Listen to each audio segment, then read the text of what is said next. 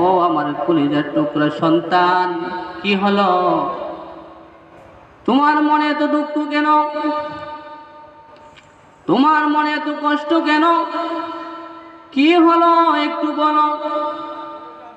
তখন মুহাম্মাদুর রাসূলুল্লাহ সাল্লাল্লাহু আলাইহি সাল্লাম বললেন, ও আম্মা জান, ছোট্ট ছোট্ট বাচ্চাদের খেলতে নিয়ে আসে, সকলের পিতা আসে, আমার পিতা আসে না কেন? আমার পিতা কই?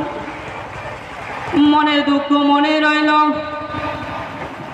আমিনা চোখের পানি জল করে ছেড়ে দিলেন।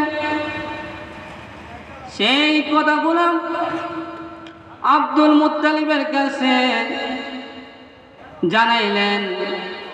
বললেন, যাও, মুহাম্মদ ছোট্ট মানুষ, বাবার জন্য মন খাদে, পিতার জন্য কার মন না খাদে? আল্লাহ রাসূল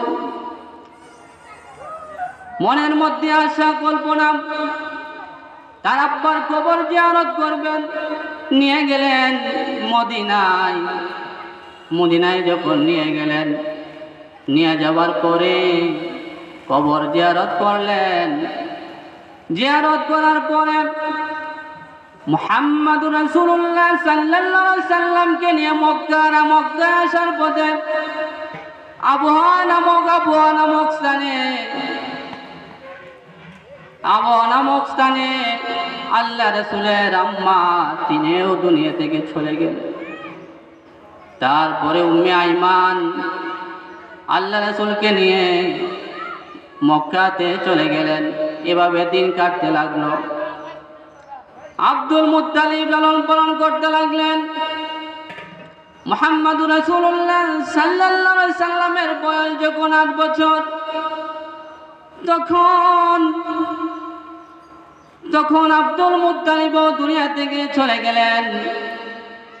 আল্লাহ রাসূলকে লালন পালনের দায়িত্ব নিলেন আবু তালিব। আল্লাহ রাসূলের চাচা আবু তালিব মুহাম্মদ সাল্লাল্লাহু আলাইহি সাল্লামের লালন পালনের দায়িত্ব নিলেন। এভাবে জীবন শুরু। মুহাম্মাদুর রাসূলুল্লাহ সাল্লাল্লাহু আলাইহি সাল্লাম চাচার সাথে ব্যবসা বাণিজ্যের জন্য সিরিয়া যাইতেন।